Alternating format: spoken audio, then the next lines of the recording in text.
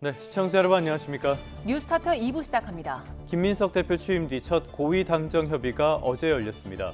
역시 핵심은 부동산 문제였습니다.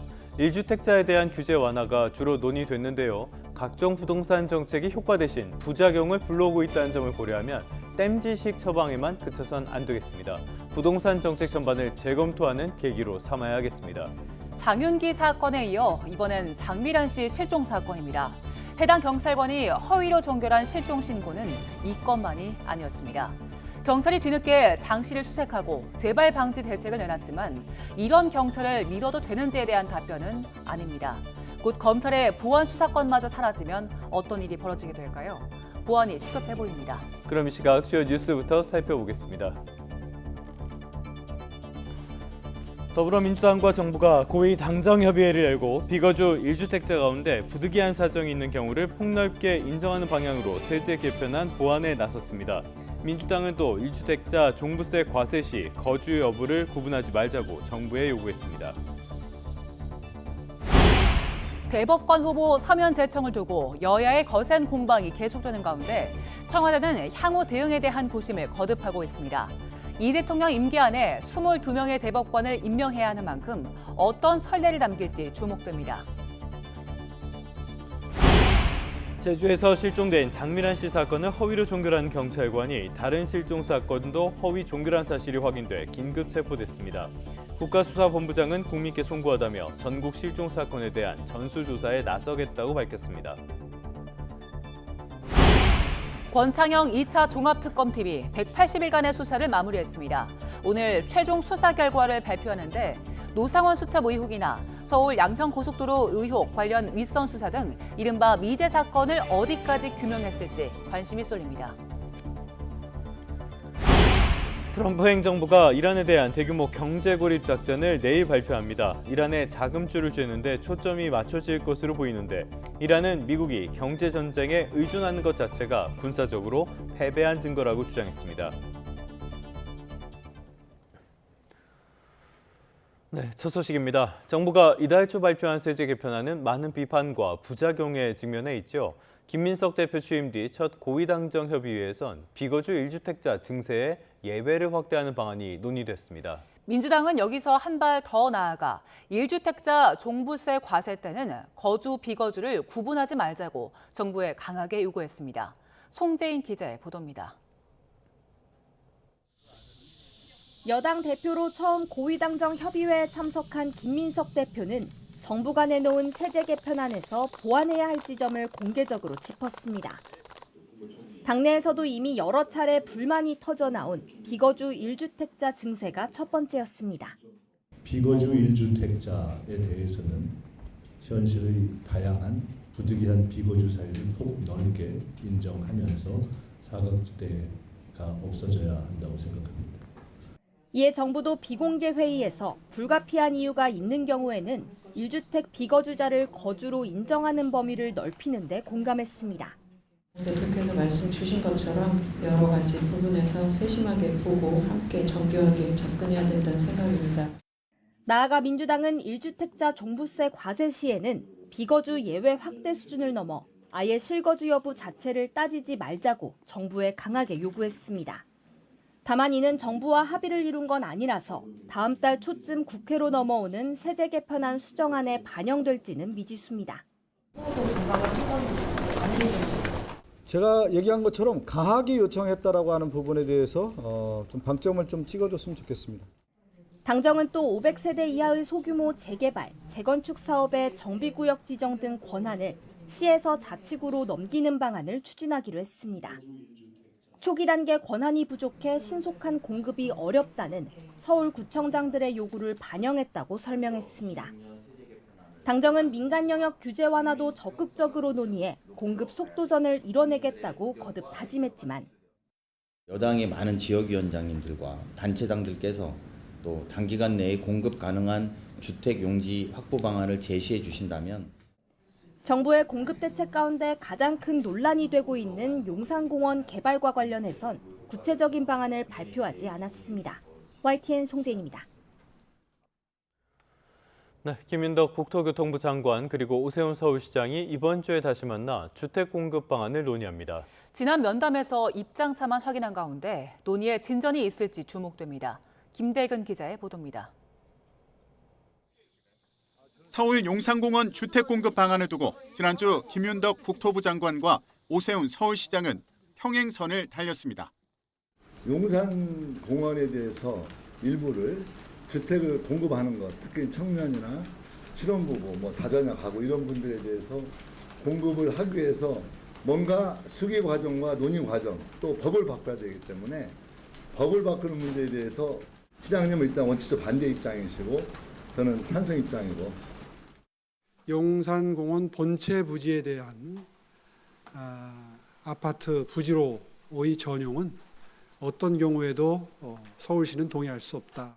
그것을 동의하는 것은 서울시장으로서는 역사의 죄인으로 남는 그런 결과를 초래할 것이다. 김 장관은 공원이나 녹지로서의 기능을 일부 상실한 곳에 제한적으로 주택을 공급하자는 거라고 강조했습니다. 전체를 다 밀고 집을 짓는다 이렇게 생각 안 하시죠? 용산공원을 잘 지키는 것과 그다음에 청년 실업부부에게 주택을 공급하는 게 양립이 불가능한 게 아니라 뭔가 양립할 수 있는 노력을 찾아보자. 오 시장은 미래 세대 몫인 용산공원을 훼손하는 건 1cm도 동의할 수 없다며 캠프킴이나 격리단, 외교부 주차장 부지 등 주변 국유지 활용안을 제안했습니다. 용산공원에 법 바꾸고 토양 오염 문제 해결하고 교통 문제 대책 세워서 해결하고 착공하고 지으려면 이 정부 내에 착공할 수 있는 게 거의 저는 힘들다고 봅니다. 바로 그 혜택이 갈 수 있는 이런 정책들을 전향적으로 검토하셔서 이번 만남에서 오 시장이 역제안한 산재 부지에 대한 구체적인 논의가 이루어질지 주목됩니다. 다만 이것만으로는 정부가 계획한 공급 물량을 충분히 확보하기 어렵다는 지적도 있는 상황. 그런 만큼 공급 규모를 둘러싼 용산 국제업무지구 협상과 재개발, 재건축 등 민간 정비 사업 규제 완화 카드가 이번 만남의 변수로 떠올랐습니다. 여기에 당정이 추진하는 500세대 미만 정비 사업 권한의 자치구 이양 방안에 대해 서울시가 난개발 우려를 이유로 공식 반대 입장을 내놓으면서 양측의 주택 정책 주도권 싸움이 이번 협상 전반에 영향을 줄 것으로 전망됩니다. YTN 김대근입니다. 네, 이 와중에 정부의 정책 감수성이 또 도마 위에 올랐습니다. 이번엔 고시원 각방에 욕조 설치를 허용하도록 하려다가 비판이 거세지자 재검토에 들어간 겁니다. 고시원이 1인 가구의 주거 공간으로 활용되는 상황에서 최소한의 주거권을 고려하지 않은 탁상 행정이란 지적이 잇따랐기 때문인데요.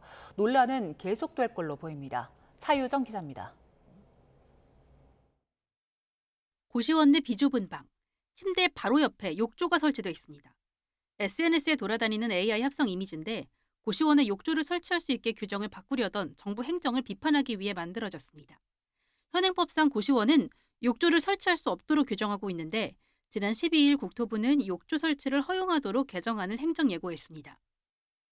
중소기업 규제 개선 건의에 따랐다는 게 국토부 설명입니다. 하지만 비판 여론은 걷잡을 수 없이 커졌습니다. 욕조 설치는 위생 문제로 이어질 뿐 아니라 보증금 상승으로 이어질 수 있다는 반발이 처음 나왔고 고시원이 청년 등의 주거 공간으로 활용되는 현실에서 최소한의 주거권을 고려하지 않은 탁상 행정이라는 비판이 거세게 일었습니다.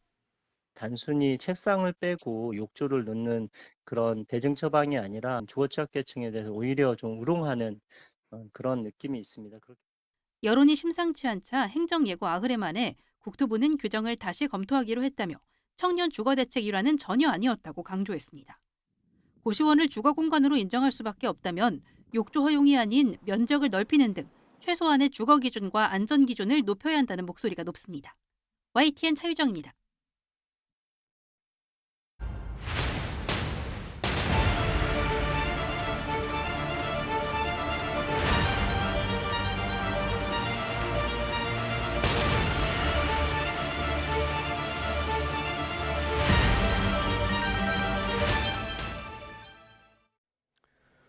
다음 소식입니다. 제주에서 실종된 장미란 씨 사건을 허위로 종결한 경찰관이 다른 실종 사건도 허위 종결한 사실이 확인됐습니다. 검찰의 보안수사권 폐지를 앞두고 또 경찰발 논란이 커지자 국무총리는 철저한 긴급 진상조사를 지시했고요. 국가수사본부장은 전국의 실종 사건에 대한 전수조사에 나서겠다고 밝혔습니다. 김건우 기자입니다. 제주 장미란 씨 실종 사건을 허위 종결한 혐의로 긴급 체포된 실종수색팀 소속 A 경장. 지난달 초에도 60대 남성의 실종 신고를 접수한 뒤 무사하다고 허위 보고해 사건을 종결한 것으로 확인됐습니다. 본인이 원하지 않아서 위치를 알려줄 수 없다고 말한 점까지 장미란 씨 사건과 판박이었습니다. A 경장의 허위 보고에 초동 대처는 제대로 이뤄지지 않았고 실종 남성은 결국 51일 만에 숨진 채 발견됐습니다. 경찰관 한 명의 거짓말에 시스템 전체가 무너지자 홍석기 국가수사본부장은 직접 제주를 찾아가 고개를 숙였습니다. 홍 본부장은 국민께 송구스럽게 생각한다며 다시 이런 일이 벌어지지 않도록 제도적으로 보완하겠다고 밝혔습니다. 또 이번 사건에 관한 강한 질책과 함께 자원을 모두 동원해 수색 작업에 나서라고 지시했습니다. 경찰은 A 경장이 담당한 1년치 사건은 물론 전국 경찰서의 실종 사건 처리 과정에 대해서도 전수점검에 들어갔습니다. 한성숙 국무총리도 수사 전반에 대한 철저한 진상조사와 근본적인 재발 방지책 마련을 긴급 지시했습니다. 뒤늦게 시작한 재수색이 며칠째 이어졌지만 골든타임을 놓쳐 장미란 씨의 행방은 여전히 묘연한 상황. 경찰의 제도 개선 약속에도 부실한 수사를 향한 국민적 불신은 더 깊어지고 있습니다. YTN 김근우입니다. 이 장미란 씨와 60대 남성 실종 신고를 허위로 종결한 혐의로 긴급 체포된 A 경장이 두 사건 모두 혼자 야간 당직을 서던 날 접수해 종결 처리한 것으로 YTN 취재 결과 드러났습니다. 제주경찰청 관계자는 허위 종결된 실종 사건 두 건 모두 A 경장이 야간 당직을 서던 날 종결 처리됐다고 확인했습니다. A 경장이 두 건 모두 야간 당직을 하면서 허위 종결 처리한 것으로 드러나면서 다른 당직 날에도 반복적이고 의도적으로 실종 사건을 종결했을 가능성이 제기됩니다. 경찰은 A 경장이 지난 1년 동안 처리한 실종 사건을 전수 조사하고 있습니다. 백골 시신으로 발견된 60대 남성의 유족들이 경찰의 부실한 초동 대응을 강하게 비판하며 분통을 터뜨렸습니다. 유족들은 어제 제주 서부경찰서를 찾아 경찰의 안일한 태도 때문에 아버지를 살릴 수 있는 골든타임을 완전히 놓쳤다며 철저한 진상규명과 엄중한 처벌을 촉구했습니다. 유족들은 신고 직후 담당 경찰관이 실종자와 연락이 닿았고 무사하다는 거짓말로 사건을 종결했다며 이후에도 도움을 요청했지만 제대로 된 조치가 없었다고 지적했습니다. 길었던 권창영 2차 종합특검팀의 수사 기간이 마무리됐습니다. 지난 6개월 동안 50명이 넘는 피의자를 재판에 넘겼는데요. 이른바 미제 사건들을 어디까지 규명했을지 오늘 최종 수사 결과 브리핑에 관심이 쏠립니다. 유서연 기자입니다. 권창영 2차 종합특검팀이 180일간의 수사를 마무리했습니다. 애초 법에 정해진 150일을 모두 쓰고도 특검법 개정까지 거쳐 수사기간을 추가 연장했던 상황. 수사 막바지에 공소 제기를 집중하는 이른바 헤비테일 전략에 따라 최근 2주간 40여 명, 도합 50여 명을 재판에 넘겼습니다. 가장 눈에 띄는 성과로는 윤 정부 관저 이전 의혹 수사가 꼽힙니다. 관련해 특검팀은 이상민 전 행안부 장관, 김대기 전 대통령 비서실장에 이어 김건희 씨와 윤한홍 국민의힘 의원까지 잇따라 기소했습니다. 계엄 정당화 메시지 의혹으로 윤 전 대통령과 신원식 전 국가안보실장, 김태효 전 안보실 1차장도 재판에 넘겼습니다. 다만 특검 출범 직후 핵심 수사 대상으로 꼽혔던 노상원 수첩 관련 의혹이나 서울 양평 고속도로 의혹 관련 윗선 수사 등 이른바 미제 사건 결론은 공식 발표하지 않은 상황입니다. 지난 4월 초대형 국정농단 의심 사건으로 규정했던 쌍방울 대북 송금 수사에 대한 윤 정부 대통령실의 개입 의혹도 마찬가지입니다. 대통령실과 수사기관의 결탁으로만 가능한 사건이 아닐까라고 국가 권력에 의한 초대형 국정농단 의심 사건이라고 저희는 보고 종합특검에서 매듭지지 못한 사건들은 경찰청 국가수사본부에 다시 넘어가게 됩니다. 3대 특검 이후 남은 사건을 마무리하겠다며 출범한 만큼 굵직한 의혹들을 어디까지 규명했을지 최종 결과 브리핑에 관심이 쏠립니다. YTN 유서연입니다. 그런데 이 2차 종합특검은 출범 때부터 무용론이 꼬리표로 따라붙었습니다. 다른 특검들과 비교해서도 수사 속도가 더디다는 지적을 받기도 했는데요. 활동 종료에 임박해서 무더기 기소에 나섰는데 앞으로 법원이 어떤 판단을 내리느냐에 따라서 성적표가 갈리게 됐습니다. 우종훈 기자입니다. 종합특검은 출범 16일 만에야 관저 의혹을 받는 국민의힘 윤한홍 의원을 상대로 첫 강제수사 물꼬를 텄습니다. 정점인 윤석열 전 대통령에 대한 조사는 100일이 넘게 걸렸습니다. 임명 엿새 만에 김용현 전 국방부 장관 신병을 확보하고 곧장 윤 전 대통령을 조사실에 앉혔던 내란 특검의 속도전과는 대비를 이뤘습니다. 지하주차장으로 들어가지 않은 이유 있으실까요? 종합특검을 8년 만에 피의자 신분으로 만나셨는데 어떻게 보시나요? 이 때문에 수사력이 부족한 게 아니냐는 지적은 종합특검에게 늘 따라붙는 꼬리표와도 같았습니다. 권창형 특검이 꺼내든 카드는 헤비테일 전략. 수사 중반까지는 혐의를 충분히 다지는 데 주력하고 기소는 수사 막바지에 집중한다는 내용이었습니다. 앞선 특검보다 적은 검사 수로 공소유지 부담을 최소화해야 하고 3대 특검 잔여 사건 수사라는 특성상 수사 난도가 높다는 점을 이유로 들었습니다. 진행되는 수사는 물론 앞으로 있을 공판에서의 공소유지에 심각한 차질이 우려되는 상황입니다. 실제 수사 종료를 앞둔 지난 2주 동안 종합특검이 기소한 피의자는 45명. 직전까지 11명만 재판에 넘긴 것과 비교하면 그야말로 줄기소였습니다. 다만 구속영장 기각률이 65%에 이르는 데다 혐의 자체에 다툴 여지가 있다고 판단된 기각 사례도 여럿이어서 제대로 된 수사가 이루어진 상황에서 기소한 건지 물음표 섞인 시선도 적지 않습니다. 특검이 내세운 헤비테일 전략의 성패는 결국 향후 재판에서 얼마나 유죄를 끌어내느냐에 달렸다는 분석이 나옵니다. YTN 우종훈입니다. 국제 소식 알아봅니다. 트럼프 행정부가 내일 이란의 자금줄을 죄기 위한 대규모 경제 제재를 발표합니다. 이란은 미국의 절박함을 드러내는 반복된 시나리오로 군사적 패배의 증거라고 평가절하했는데요. 워싱턴 연결해서 자세히 알아보겠습니다. 홍상희 특파원, 트럼프 행정부의 이란 경제 압박 계획이 임박한 상황인데요. 어떤 내용이 예상됩니까? 네, 스콧 베선트 미 재무장관은 한국 시간으로 내일 새벽 1시쯤 구체적인 이란 경제 제재 계획을 밝힐 예정입니다. 트럼프 대통령이 전례 없는 규모의 경제 전쟁이라고 지칭한 이번 제재는 이란의 자금줄을 쥐는 데 초점이 맞춰질 것으로 보입니다. 앞서 트럼프 대통령은 금융기관이나 기업, 정부기관을 통해 이란의 생명줄을 제공하는 국가는 엄청난 경제적 대가를 치르게 될 거라면서 제3국을 겨냥한 연쇄 제재를 예고했죠. 군사작전으로 6개월째 접어든 이란 전쟁을 해결하기 힘들다고 판단하면서 이란의 경제난을 악화시켜 호르무즈 해협 재개방에 나서도록 하겠다는 의도로 풀이됩니다. 중국을 포함해 이란과 거래하는 제3국 해운회사와 금융기관에 대한 2차 제재 패키지가 발표될 가능성이 나오고 있는데요. 전문가의 설명 들어보시죠. Primary sanctions against Iran itself have already been in place, but now secondary sanctions would be against other countries who engage in sort of economic trade with Iran that would extend them what the administration is calling an economic lifeline.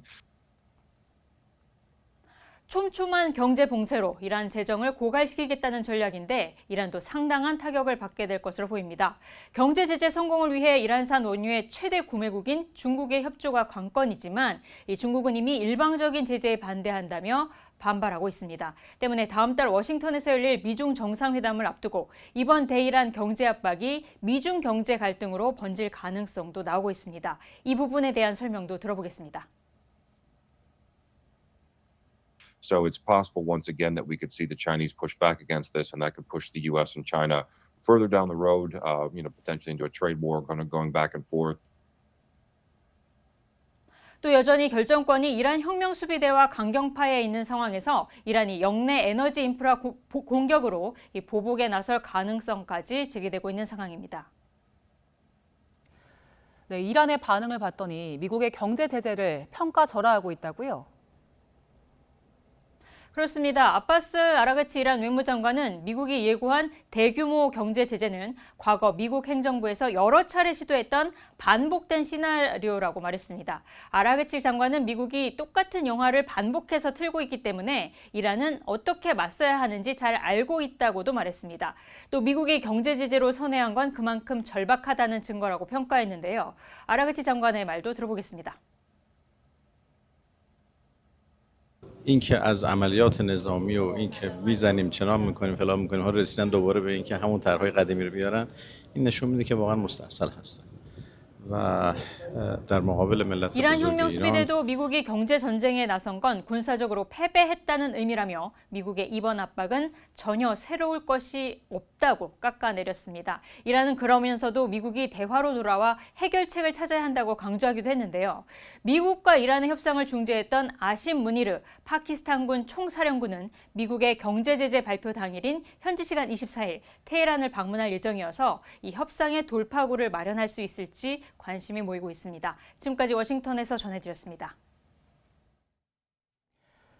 스포츠 경기를 홍보 행사로 활용해온 트럼프 대통령이 미국 건국 250주년을 기념해 수도 워싱턴 DC의 시가지를 통과하는 최초의 자동차 경주 행사에 모습을 드러냈습니다. 워싱턴 DC 내셔널몰과 미 의회 의사당, 펜실베이니아 애비뉴와 국립문서보관소 주변에선 20만 명이 운집한 가운데 인디카의 프리덤 250 그랑프리 대회가 열렸습니다. 트럼프 대통령은 이 자리에서 전용 차량 대열과 함께 레이스 트랙 명예주행에 나섰고 402km 레이스의 시작을 알리는 녹색 깃발을 흔들었습니다. 트럼프 일기 시절 부통령을 지냈던 마이크 펜스가 미국을 통해 한국산 요격 미사일을 우크라이나에 우회 배치할 수 있다고 주장했습니다. 하지만 한국 정부는 분쟁 지역에 살상 무기를 직접 지원하지 않는다는 원칙을 고수해왔던 만큼 실현 가능성은 제한적일 전망입니다. 뉴욕에서 이승윤 특파원입니다. 북한의 미사일 공격에 대비해 우리 영토를 방어하는 국산 지대공 요격 체계인 천공2. 지난 2022년 UAE에 4조 원 규모의 수출이 이루어져 이란 전쟁에서 이란의 미사일과 드론을 상대로 실전 가동에 들어갔습니다. 트럼프 일기 시절 활약한 마이크 펜스 전 미국 부통령은 미국을 통한 한국 요격 미사일의 우크라이나 우회 배치론을 주장했습니다. 특히 한국은 매우 정교한 요격 미사일을 보유하고 있다고 강조했는데 패트리엇 미사일과 연동 가능한 천공2를 염두에 둔 것으로 풀이됩니다. This might be an opportunity for President Lee to step forward, make those interceptors available to the United States to deploy either in the Middle East or here in Ukraine or to European allies. 이란 전쟁 장기화로 미국의 미사일 재고가 부족해지면서 러시아의 탄도미사일 공격에 직면한 우크라이나에 요격 미사일 지원이 절실하다는 이유를 들었습니다. 실제로 러시아 정유시설 등이 우크라이나의 공격을 받자 블라디미르 푸틴 러시아 대통령은 보복을 천명했습니다. Он сам открыл этот ящик Пандоры. Ну что ж, получите ответ по вашим наиболее чувствительным отраслям экономики, которые, честно говоря, и так дышат на ладан. 펜스 전 부통령은 지난주 볼로디미르 젤렌스키 우크라이나 대통령과 한국 사이에 몇 차례 교류가 있었다고 소개했습니다. 최근 젤렌스키 대통령은 우리에게 부족한 방공 체계를 한국에서 지원받고 싶다며 한국에 법적 제약이 있지만 양국이 접촉 중이라고 말했습니다. 다만 한국 정부는 분쟁 지역에 살상 무기를 직접 지원하지 않는다는 원칙을 고수해 왔던 만큼 실현 가능성은 제한적일 전망입니다. 뉴욕에서 YTN 이승윤입니다.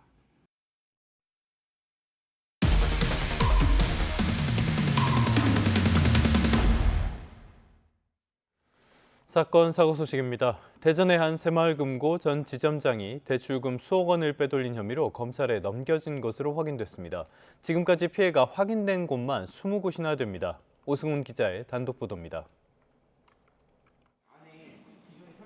목사 A씨는 지난 2023년 대전과 충남에 있는 새마을금고 세 곳에서 교회 신축 공사비와 운영자금 명목으로 34억여 원을 대출받았습니다. 그런데 몇 달 뒤 또 다른 새마을금고에서 추가 대출을 받고 통장 입출금 기록을 확인하던 중 이상한 사실이 발견됐습니다. 자신도 모르는 사이 교회 명의 계좌들이 만들어져 대출금이 수천만 원씩 여러 차례 빠져나간 겁니다. 확인 결과 교회 인감도장을 맡겨둔 새마을금고에서 당시 지점장이던 B씨가 계좌를 임의로 개설해 대출받은 돈을 빼돌려 왔던 것으로 드러났습니다.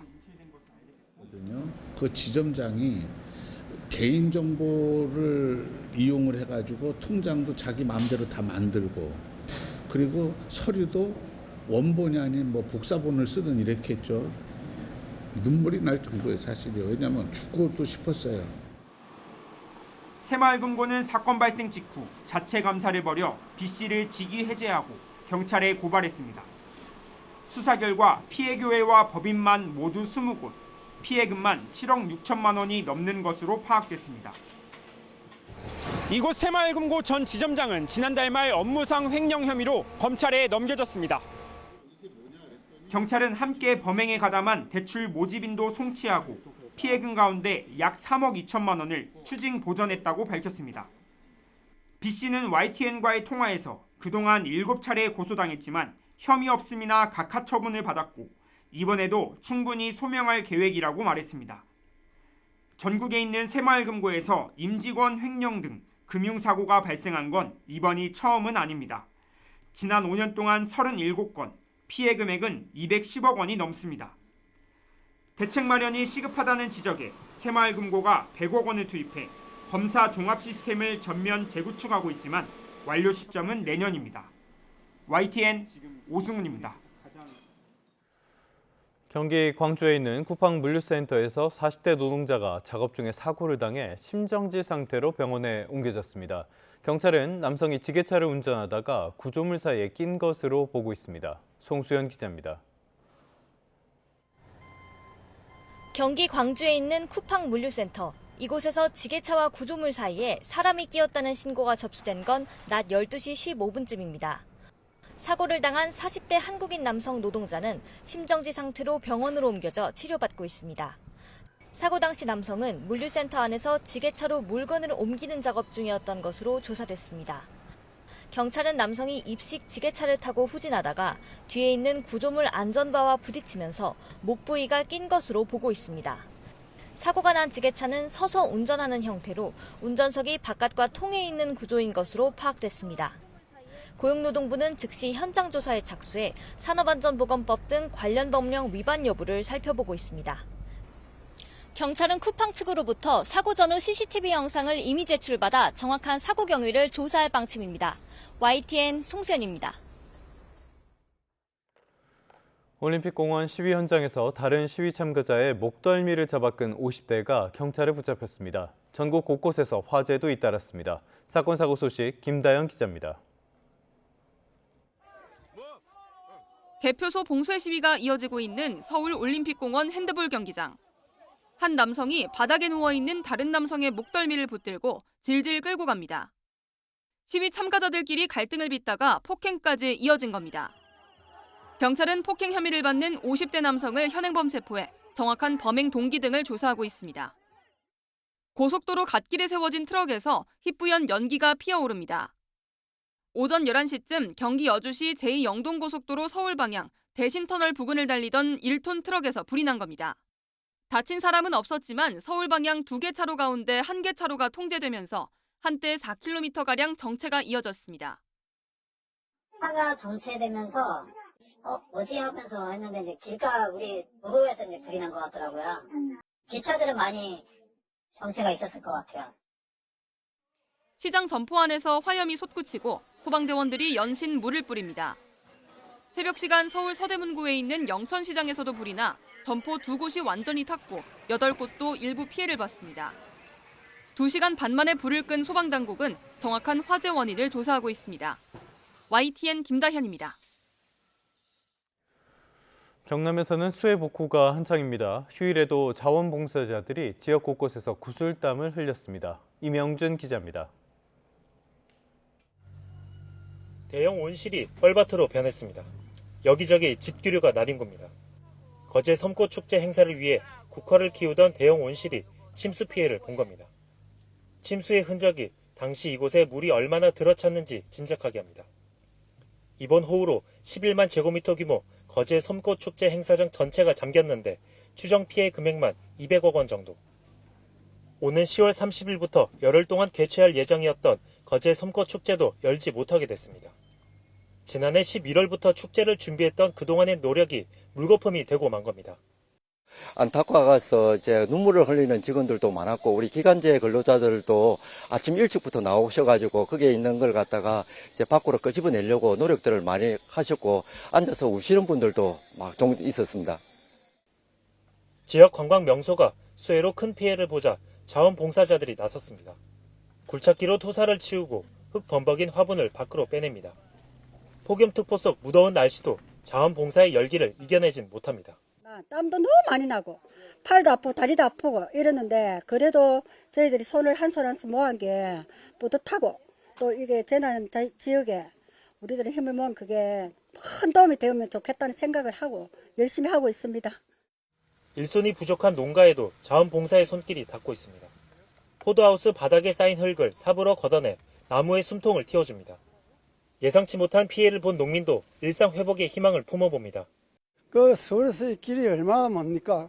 천리길을 와가지고 우리를 도와주려고 이리 애쓰고 힘들게 땀 흘리면서 하는데 우리가 열심히 노력해가지고 농사 잘 지어가지고 보답할 때가 있겠지요. 뭐 보답해야지. 이런 가운데 지자체는 중장비를 동원해 대형 폐기물을 치우고 감염병 예방을 위해 비상 방역도 진행하고 있습니다. 거제와 통영 지역에서 수해가 발생한 지도 어느덧 일주일. 각계각층에서 팔을 걷어붙이면서 수해 복구에도 점차 속도가 붙고 있습니다. YTN 이명준입니다. 네, 이번엔 날씨 소식 살펴보겠습니다. 네, 자세한 내용은 기상센터 연결해서 알아봅니다. 원지아 캐스터 날씨 전해주시죠. 네, 폭염특보가 확대 강화하면서 늦더위가 꺾일 줄을 모르고 있습니다. 현재 강원 산간을 제외한 대부분 지역에 폭염특보가 내려져 있고요. 서울 서남권을 비롯한 곳곳에 열대야주의보가 발효 중입니다. 서울은 다시 10일 만에 열대야가 기록될 가능성이 있습니다. 현재 서울 기온은 25.7도, 제주 27.4도를 나타내고 있습니다. 한낮에는 어제만큼 덥겠는데요. 서울 33도, 폭염경보가 내려진 광주와 대구는 35도까지 크게 오르겠습니다. 오후에는 대기가 불안정해지면서 내륙 곳곳에 소나기가 지나겠습니다. 양은 5에서 30mm 정도가 되겠고요. 곳에 따라 벼락과 돌풍을 동반하겠습니다. 오늘 서울 하늘에는 구름만 많이 지나게 있고요. 남해안과 제주도 해안을 중심으로는 너울성 파도가 높게 일어 접근에 자제해야겠습니다. 날씨였습니다.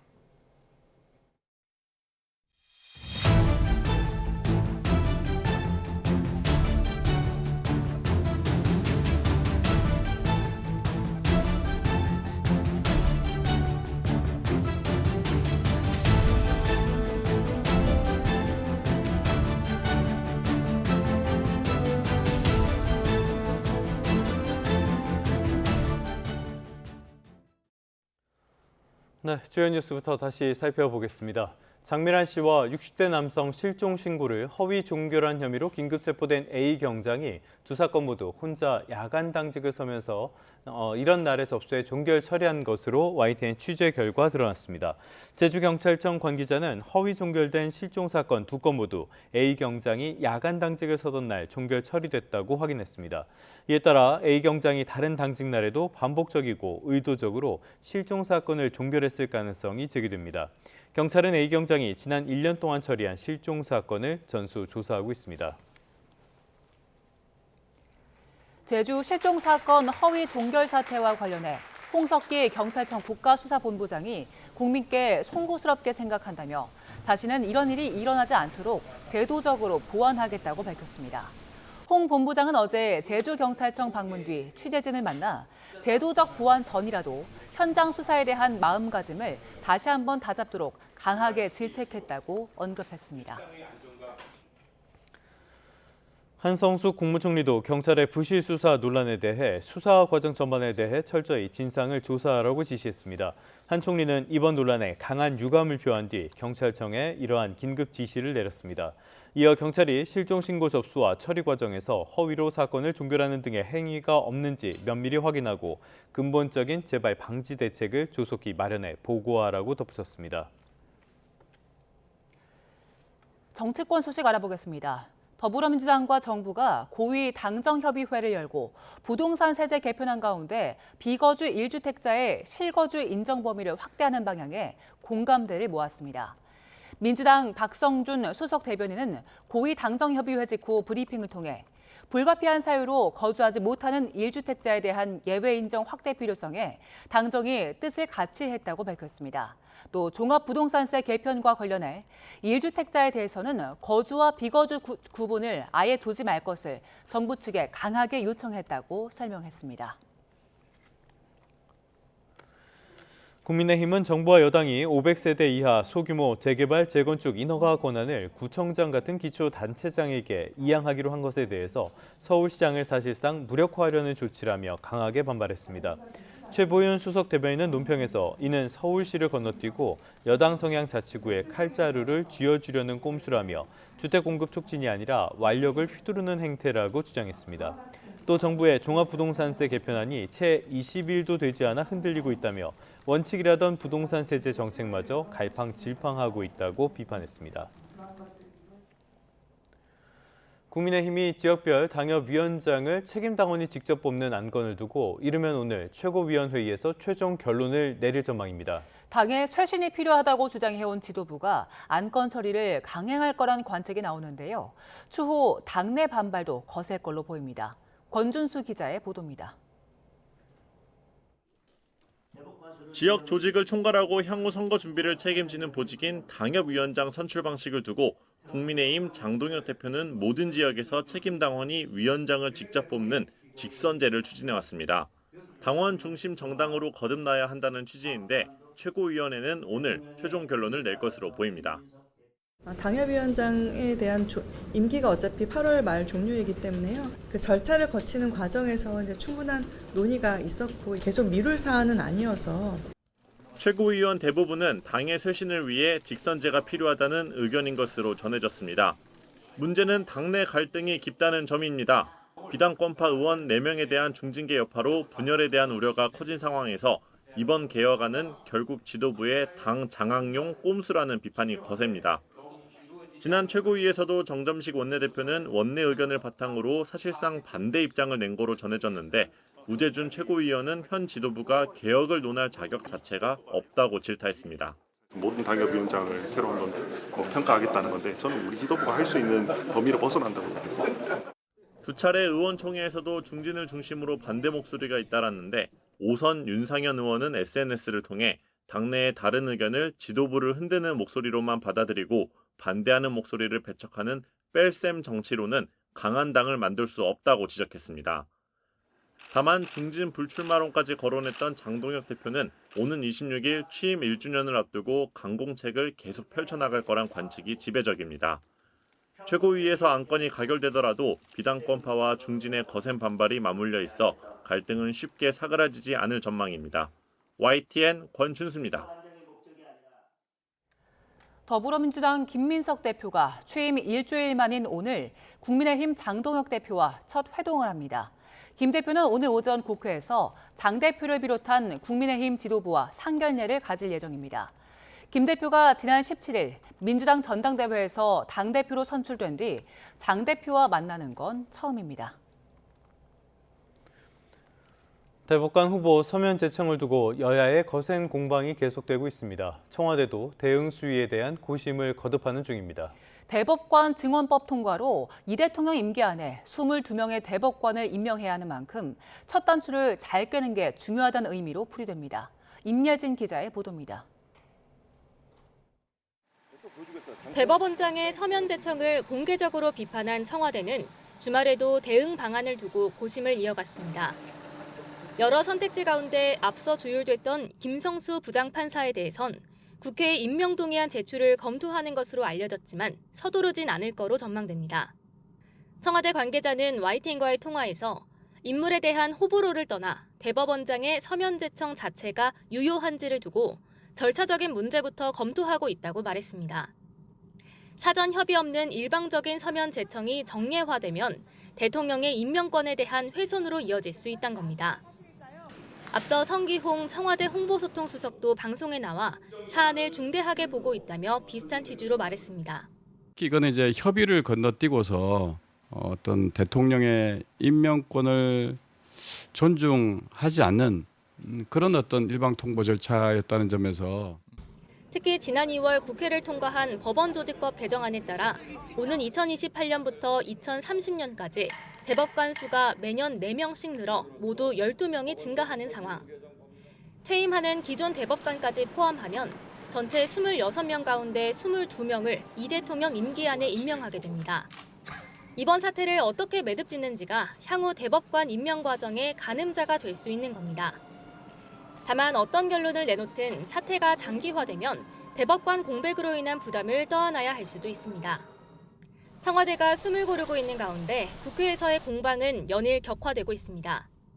민주당은 조희대 대법원장이 이미 정치를 하고 있다며 거듭 사퇴를 촉구하고 있고, 국민의힘은 대법관 제청은 대법원장의 고유 권한이라며 청와대와 여당의 개입은 사법부 독립을 무너뜨리는 거라고 맞섰습니다.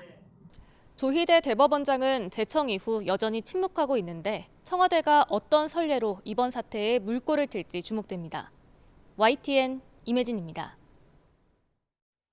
법 왜곡죄 시행 이후 법관을 상대로 한 고소 고발이 잇따르자 대법원 법원행정처가 대응 매뉴얼을 제작해 내부에 배포했습니다. 대법원 법원행정처는 최근 법원 내부망 코트넷을 통해 직무소송 지원 대응 매뉴얼을 배포했습니다. 매뉴얼에는 악성 고소 고발인에 대해서는 무고죄로 소속 법원장이나 직무소송지원센터에 고발을 요청할 수 있도록 하는 적극적인 대응 방안도 포함된 걸로 전해졌습니다.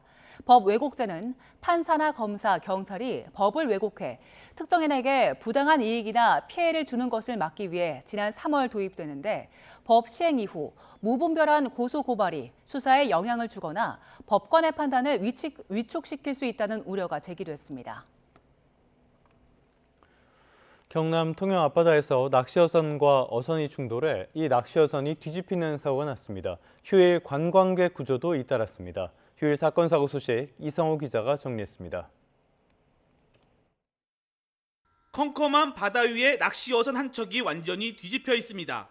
오전 3시 50분쯤 경남 통영시 죽도 북쪽 해상에서 3톤급 낚시어선과 30톤급 어선이 충돌했습니다.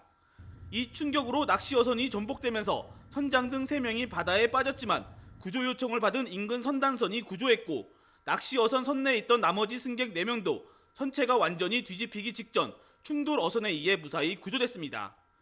60대 승객 1명이 한때 의식을 잃었지만 병원 이송 과정에서 회복했습니다. 해경은 상대 어선 선원 등을 상대로 정확한 사고 경위를 조사하고 있습니다. 오전 11시쯤에는 전남 신안군 자운도 앞바다에서 레저 활동을 하던 40대 남성이 표류하다 해경에 구조됐습니다. 바람이 멈추면서 타고 있던 레저 기구 보드가 뒤집혔는데 구조된 남성은 건강에 이상이 없는 것으로 알려졌습니다. 설악산 출입 금지 구역에서 하산하다 발목을 다친 40대 등산객이 8시간 만에 구조됐습니다. 비가 내려 헬기 투입이 어려워지자 산악구조대와 119 구조대가 직접 현장에 들어가 응급 조치한 뒤 구조용 들것으로 옮겼습니다. 충남 천안에서는 부모에게 흉기를 휘둘러 아버지를 숨지게 하고 어머니를 다치게 한 혐의로 외국인 19살 A씨가 경찰에 붙잡혔습니다.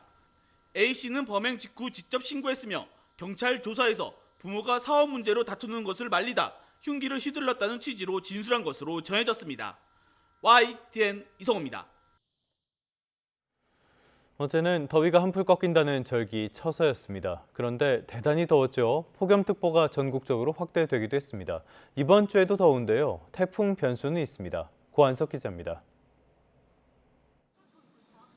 더위가 멈춘다는 처서에도 불구하고 덥고 습한 북태평양 고기압이 확장하면서 무더위는 가시지 않았습니다. 경남 양산 최고 기온은 37도 넘게 솟구쳤습니다. 전북 전주, 경북 경주, 부산, 광주 기온이 35도를 웃도는 등 영남권과 호남권이 뜨거웠습니다. 폭염특보 지역은 점차 확대해 강원 산간을 제외한 전국에 발령됐습니다. 이번 주도 더위는 식을 줄 모르겠습니다. 보통 이맘때 서울 아침 기온이 22도, 낮 기온이 30도 정도인데 이번 주 서울 낮 기온은 32도 안팎까지 오르고 아침 기온이 25도 선으로 열대야까지 나타나겠습니다. 늦더위 속에 대기가 불안정해지면서 당분간 소나기도 자주 쏟아지겠습니다. 같은 지역에서도 강수량 차이가 크게 벌어지고 짧은 시간 수십 밀리미터가 쏟아지는 극한호우 가능성도 있습니다. 중국으로 향하고 있는 태풍 사우델은 날씨를 더 변덕스럽게 만들 전망입니다. 우리나라에 직접 상륙하지 않더라도 고기압 가장자리를 타고 열대 수증기가 한반도로 밀려들 수 있습니다. 북쪽 기압골 그리고 태풍의 움직임에 따라 기압계의 변동성이 매우 크게 나타나겠습니다. 따라서 소나기와 비의 지역 그리고 더위의 강도 또한 달라질 수 있는 만큼 태풍의 세력이 북쪽의 찬 공기와 충돌하는 경계면에서는 다시 장마철 같은 정체 전선이 만들어져 비를 뿌릴 수 있습니다. YTN 고한석입니다. 이런 늦더위 속에 시민들은 휴일을 어떻게 보냈을까요? 홍성욱 기자가 만나봤습니다. 하늘에서 쏟아지는 물벼락에 즐거운 비명이 터져나옵니다. 놀이동산 물놀이장은 아직 한여름. 솟구치는 분수에 어른아이 할 것 없이 모두 동심으로 돌아갔습니다. 물놀이로 지치면 신나는 놀이기구에 몸을 맡기면 그만. 떼약볕이 내리쬐도 마냥 즐겁습니다. 오늘 날씨가 너무 좋은 거예요. 그래서 이제 가족들끼리 같이 레고랜드를 방문했는데 이렇게 물놀이를 애들이랑 같이 할 수 있어서 너무 즐겁고 행복합니다. 계곡에도 막바지 피서객들의 발길이 이어졌습니다. 차가운 계곡물의 풍덩. 아이들은 물 만난 물고기가 따로 없습니다. 신나게 물놀이를 즐겼으면 이제 허기를 달랠 시간. 시원한 나무 그늘서 너 한 입, 나도 한 입. 일상의 스트레스가 저만치 달아납니다. 서서 지났는데 날씨가 좀 더워서 애들이랑 물놀이 하러 좀 나왔습니다. 아까 물놀이도 좀 하고 좀 맛있는 음식 먹고 있어서 기분이 참 좋습니다. 멀리 움직이기 부담스러운 시민들은 도심 산책로를 찾았습니다. 처서를 맞아 한껏 높아진 하늘을 구경하며 사뿐사뿐 산책을 즐깁니다. 해발고도 240m. 갑갑한 일상에서 잠시 벗어나 탁 트인 서울 전경을 바라보면 늦더위도 한결 수그러듭니다. 아직까지는 좀 무덥긴 하지만은 그래도 예전보다는 많이 저번 주보다 많이 선선해져서 산책하기도 매우 좋은 것 같습니다. 아들이 행복해하니까 저도 좋습니다. 더위가 한풀 꺾인다는 처서에도 기승을 부린 한낮 무더위. 시민들은 물놀이와 산책을 즐기며 막바지 여름을 만끽했습니다. YTN 홍석입니다. 정부가 주택을 사들여서 청년들에게 저렴하게 임대하는 청년 매입 임대주택 사업이 있습니다. 그런데 시설 보수가 제때 이루어지지 않아서 일부 청년들이 한여름 무더위를 견디거나 오수가 새는 집에서 생활했던 걸로 파악됐습니다. 최승훈 기자의 보도입니다. 실외기 위로 놓인 온도계가 48도를 가리킵니다. 지난달 서울 오류동의 오피스텔에서 에어컨 실외기가 가동 중일 때 베란다 온도를 측정한 모습입니다. 올 초 이곳 LH 청년 매입 임대주택에 입주한 24살 A씨는 첫 여름부터 에어컨이 말썽을 부리자 지난 6월 관리사무소에 민원을 제기했습니다. 1시간에 한 번 정도는 꺼졌던 것 같고요. 계속 사용 중지가 되면서 전기세는 전기세대로 나가고 실질적인 사용은 하지 못한 상태였습니다. 베란다 안에 설치된 실외기가 열을 배출하지 못하고 과열된 게 원인이었습니다. 여러 차례 수리해도 상황은 나아지지 않았고 A씨는 사실상 에어컨 없이 폭염 중대경보까지 내려졌던 7말 8초를 견뎠습니다. 히터를 사용해서 AI 작업 같은 걸 많이 하는데 그렇게 되다 보면 이제 발열이 많이 생겨요. 그래픽카드 열기까지 그대로 받으면서 있다 보니까 여기가 정말 사우나에 온 듯한. 환기를 돕는 덕트를 설치했지만 이번엔 창문을 제대로 닫을 수 없게 됐습니다. 베란다 내부에 설치된 배관으로 창문은 손바닥 한 뼘 정도밖에 움직이지 않고 있습니다. 이 때문에 외부의 열기는 베란다 내부로 그대로 전해질 수밖에 없습니다. 다른 주민들도 에어컨 관련 문제를 호소해왔던 것으로 파악됐습니다. 이뿐만이 아닙니다. 무려 반년 동안 오수 배관 누수가 해결되지 않은 경우도 있었습니다. 환풍기 쪽에서 환풍기 커버가 있는데 거기로 계속 오수가 물이 고였다가 떨어지니까 그럼 샤워를 하고 있다가 이제 오수를 맞는 거거든요. 일단 그게 제일 스트레스였고. LH는 배관 누수의 경우 시공사가 보수를 책임지는 기간에 발생했고 처리 과정에서 시간이 걸린 것일 뿐이라는 입장입니다. 다만 냉방 문제에 대해서는 보강 공사를 진행하고 비슷한 불편을 겪는 다른 세대에도 적용하겠다고 밝혔습니다. YTN 최승훈입니다. 최근 중국에서 한 달 동안 코로나19 신규 확진자가 52만 명을 넘어서는 등 재확산세가 뚜렷합니다. 우리나라 역시 입원 환자가 급증하며 여름철 재유행 우려가 커지고 있습니다. 최명신 기자의 보도입니다. 중국 내 코로나19 양성률이 5주 연속 상승하며 20%를 돌파했습니다. 지난 7월 한 달 동안 보고된 신규 확진자만 52만 2천 명에 달합니다. 중국 방역당국은 감염자 대부분이 경증이라 대유행 수준은 아니라고 밝혔지만 인접국인 우리나라의 감염 지표도 고개를 들고 있습니다. 8월 둘째 주 기준 국내 코로나19 바이러스 검출률은 9.1%로 3주 만에 2.8배 가까이 뛰어올랐습니다. 병원급 의료기관의 입원 환자 역시 한 달 사이 2.4배 수준으로 크게 늘었습니다. 전문가들은 계절 등과 같은 환경적 요인이 바이러스 확산에 영향을 미친 것으로 보고 있습니다. 코로나 에어컨 때문에 굉장히 감염이 많이 되잖아요. 그러니까 네. 그런 환경적 어떤 외부 영향 자체가 큰 것 같습니다. 지난해 발생했던 백신 초기 수급 차질이 반복되지 않도록 고령층 등 고위험군을 위한 꼼꼼한 접종 관리 대책이 필요합니다. 정부는 인접국의 유행 상황과 국내 감염 추이를 주시하며 방역 대책을 강화하고 있습니다. YTN 최명신입니다. 이번 주 우리 증시의 향방은 엔비디아의 실적 발표와 미국 잭슨홀 미팅 등의 영향을 받을 거란 분석이 나옵니다. 여기에 오는 27일 한국은행의 기준금리 결정에도 관심이 쏠립니다. 윤태인 기자의 보도입니다. 지난 한 주 주요국 국채금리는 미국 30년물 국채금리가 5.3%를 넘어서는 등 상승세를 보이면서 국내 증시에도 부담으로 작용했습니다. 이번 주에도 시장의 관심은 미국의 장기금리로 향할 것으로 보이는데 현지 시간 28일 예정된 잭슨홀 미팅에서 케빈 워시 연준 의장이 앞으로 통화정책 방향과 장기금리 상승에 대해 어떤 입장을 밝히는지 주목해야 한다는 분석이 나옵니다. 또 엔비디아의 호실적과 긍정적 전망은 반도체 투자 심리 개선에 영향을 끼치는 만큼 시장은 오는 26일에 진행될 엔비디아의 실적 발표에도 주목하고 있습니다. 베라루빈, 요게 이제 제 날짜에 나오는 거 맞냐 이런 좀 우려들이 있었거든요. 그래서 그거를 이제 젠슨항 입으로 한번 확인이 될지 좀 지켜봐야 될 것 같고. 이런 가운데 지난달 기준금리를 2.75%로 인상한 한국은행은 오는 27일에 다시 기준금리 결정을 논의합니다. 앞서 신현송 한은 총재는 8월 기준금리 결정에 대해 국내 총생산, GDP 등이 포함된 2분기 국민소득 통계와 7월 물가를 주의 깊게 보겠다고 설명했습니다. 그런데 올해 2분기 실질 GDP가 전기 대비 0.6% 성장해 한은의 전망을 웃돌았고 우리나라의 실질 구매력을 나타내는 2분기 실질 국내 총소득 GDI도 3.6% 늘었습니다. 여기에 장기적인 물가 추세를 보여주는 근원 물가도 7월 기준 전년 동월 대비 2.6% 올라 2년 7개월 만에 최대폭 상승을 기록하며 금리 인상 가능성의 근거로 꼽혔습니다. 하지만 일부에서는 최근 원달러 환율 하락으로 인한 수입물가 부담 감소 등의 이유로 기준금리 동결 가능성이 있다는 분석도 나옵니다. 백투백으로 올리기에는 좀 불안한 감이 있거든요. 그러니까 여전히 가계부채도 높고 내수가 확실히 회복 국면에 접어들었다고는 보기 어렵기 때문에 기준금리가 시중의 현금 유동성과 투자 심리 전반에 영향을 미치는 만큼 시장은 한은의 통화 정책에도 주목하고 있습니다. YTN 윤태인입니다. 경제 현실 뉴스입니다. 이번 달 서울의 아파트 평균 매매 가격이 16억 원을 돌파한 가운데 강북권의 오름세가 두드러졌습니다.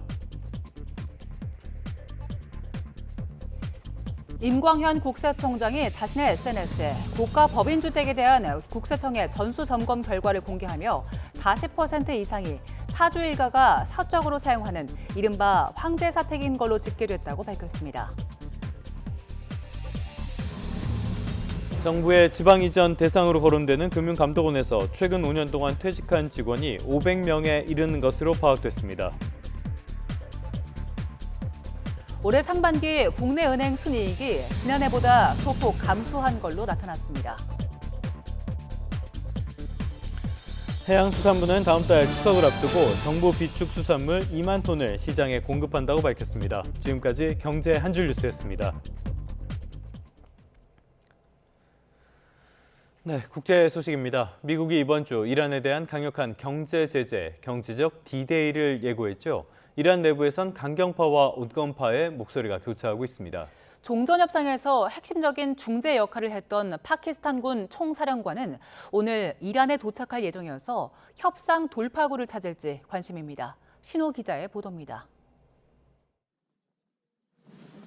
이란 내부 강경파 핵심인 이슬람 혁명 수비대는 이란에 대한 경제적 D-Day를 미국이 패배한 증거로 규정했습니다. 모헤비 대변인은 미국이 무력으로 이겼다면 경제 전쟁을 시작할 필요도 없었을 거라면서 미국의 경제적 압박은 이란에는 새로운 일도 아니라고 주장했습니다. 대중의 인식을 만드는 것이 미국의 목표라고 경계했는데 경제가 더 힘들어질 거라는 불안 심리는 커지고 있습니다. خب طبیعتاً الان جوابگو نیست این حقوقی شما دریافت میکنیم یا درآمدشی داریم با این شرایط زندگی با این جرانی‌های افسار گسیخته که الان هست تو کشور ما الان حاکمه خب طبیعتاً سخت 이런 여론을 반영해서 이란의 온건파 정치인들은 전쟁을 끝내고 경제를 챙기자는 목소리를 내기 시작했습니다. 페제스키안 대통령은 최고의 합의를 이룬 양해각서 이행을 통해 굴복하지 않고 문제를 해결할 수 있다고 강조했습니다. و اگر اون تفاهمنامه رو امضا کردیم باورمون بر اینه که با جنگ نمیشه بالاخره به آخر رسوند یه روزی باید نهایتا تصمیم بگیریم. 종전 협상단을 이끌었던 갈리바프 이란 의회 의장 역시 군사력이 많아도 국민이 어려움을 겪고 국가에 자금이 돌지 않으면 경제 발전을 이룰 수 없다고 말했습니다. 이런 가운데 미국과 이란 사이에서 핵심 중재자 역할을 했던 아심 무니르 파키스탄군 총사령관이 오늘 이란에 도착합니다. 트럼프 대통령과 직접 소통하는 인물로 알려져 있는데 미국의 대이란 경제적 D-Day 발표가 임박한 시점에 이란 방문입니다. 지난 6월 양해각서 체결 직후부터 2달 넘게 중단된 대화 테이블 복원 같은 중재 성과가 나올지 주목됩니다. YTN 신호입니다. 유럽 전역을 휩쓴 최악의 가뭄과 산불로 과거 1, 2차 세계대전 당시 폭발물이 새로운 위협으로 떠오르고 있습니다.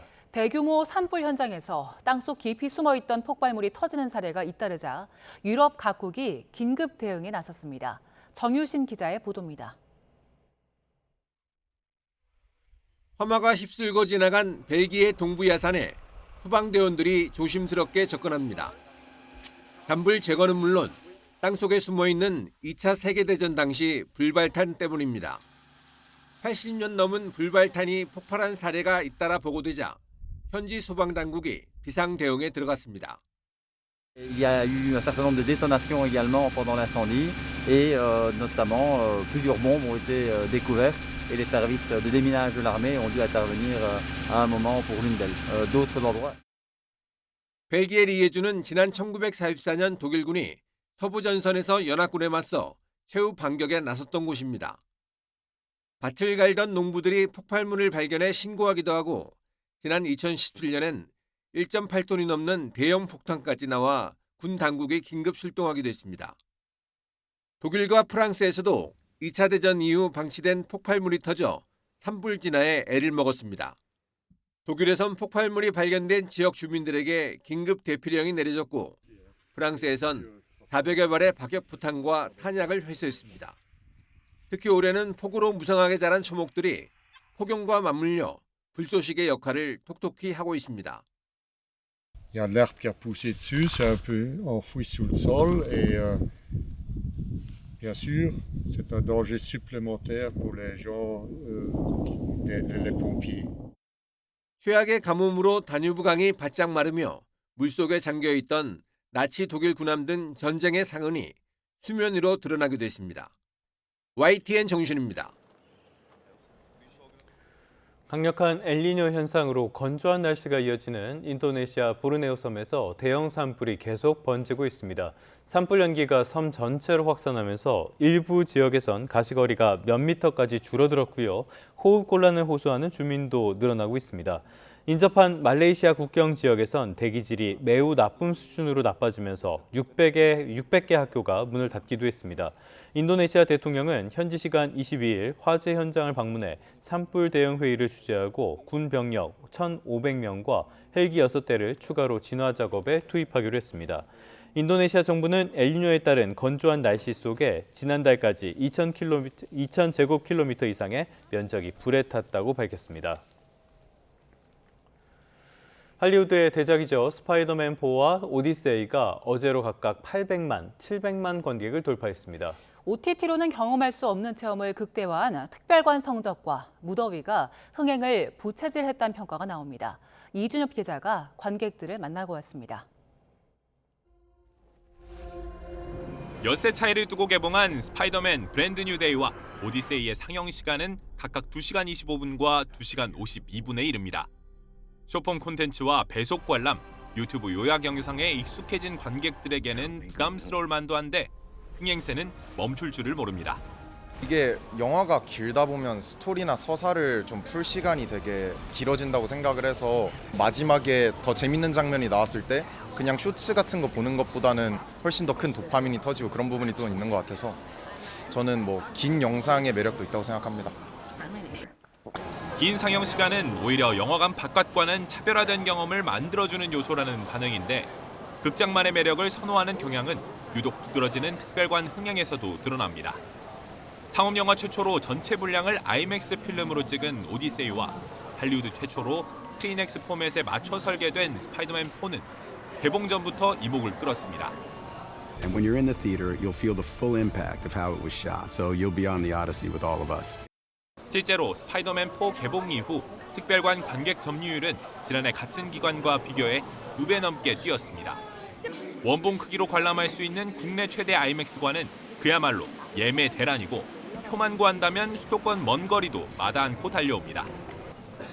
제일 가까운 아이맥스관은 더 가까운 데도 있었는데 거기는 이제 비율이 원본 비율이 아니고 더 조금 잘려 있다고 해서 친구가 예매줘서 보게 됐습니다. 특별관 특유의 압도적인 몰입감은 관객들의 자발적인 입소문으로 이어지고 있습니다. 일단 스크린X 용산이 좀 유일한 사면이라고 그래가지고 그래서 궁금해서 봤는데 이게 액션씬도 많고 막 뉴욕 이렇게 도시 왔다 갔다 하니까 이렇게 온 화면이 다 그렇다는 게 너무 재밌었어요. 스파이더맨이 좀 빠르게 움직이다 보니까 확실히 좀 생동감이 있었어요. 한때 40도를 넘나든 무더위도 극장으로 발길이 이어진 이유입니다. 이렇게 답답한 정장을 갖춰 입어도 땀 한 방울 나지 않을 정도로 시원한 극장은 도심 속 피서지 역할을 톡톡히 하고 있습니다. 두 작품을 연이어 밤샘 상영하는 등 열대야와 폭염을 겨냥한 극장가의 마케팅도 적극적입니다. Lastly, keep cool. And if you're looking to beat the heat, why not head to a nice chilly movie theater and catch Spider-Man Brand New Day. To all my fans in Korea. 영화관만의 매력으로 무장하고 날씨까지 맞아떨어지면서 극장가는 코로나19 이후 가장 큰 회복세를 보이고 있습니다. 할리우드 대작들의 개봉이 줄을 잇는 연말까지 관람객 유입세가 이어질지 주목됩니다. YTN 이준엽입니다. 네, 끝으로 날씨 소식 살펴보겠습니다. 네, 기상캐스터 연결해서 자세히 알아보겠습니다. 원희다 캐스터. 네, 상암동 야외 스튜디오에 나와 있습니다. 네, 어제는 날이 참 많이 더웠는데요. 지금은 아침 공기도 후텁지근해 보입니다. 밤사이의 더위 상황은 어땠습니까? 네, 어제 처서 매직 대신 처서 폭염이 기승을 부리더니 밤사이에도 기온이 크게 떨어지지 못했습니다. 현재 기준 서울의 최저 기온은 25.4도로 열흘 만에 다시 열대야가 기록될 가능성이 있겠고요. 한낮에는 33도까지 올라 어제만큼 무덥겠습니다. 폭염특보는 또 한 차례 확대 강화했습니다. 현재 강원 산간을 제외한 전국 대부분 지역을 뒤덮고 있고요. 특히 경기 남부와 세종, 광주와 대구 등 남부 일부 지역에는 폭염 경보가 발효 중입니다. 또 서울 서남권을 비롯한 곳곳에는 열대야 주의보가 내려져 있는데요. 현재 서울 기온은 25.4도, 제주 27.1도 등 밤사이 곳곳에서 열대야가 나타나고 있습니다. 한낮에는 서울 33도, 광주와 대구 35도까지 크게 오르겠고요. 높은 습도 탓에 체감온도는 이보다 조금 더 높겠습니다. 오늘 서울 하늘에는 구름만 많이 지나겠고 아침까지 곳곳으로는 안개가 짙게 끼겠습니다. 오후부터는 내륙을 중심으로 대기 불안정으로 인한 소나기가 예상되는데요. 양은 5에서 30mm 정도가 되겠고 벼락과 돌풍을 동반하는 곳이 있겠습니다. 남은 한 주간 예년 기온을 웃돌며 늦더위가 지속하겠고요. 중국을 향하는 태풍 4호델의 간접 영향으로 한반도 날씨에 변동성이 생길 가능성이 있겠습니다. 당분간 남해안과 제주도 해안을 중심으로는 너울성 파도가 높게 일겠습니다. 이들 지역에서는 해안가 접근에 자제하는 등 안전사고에 각별히 유의해야겠습니다. 지금까지 YTN 원희다입니다. 뉴스타트 3부 잠시 뒤에 이어집니다.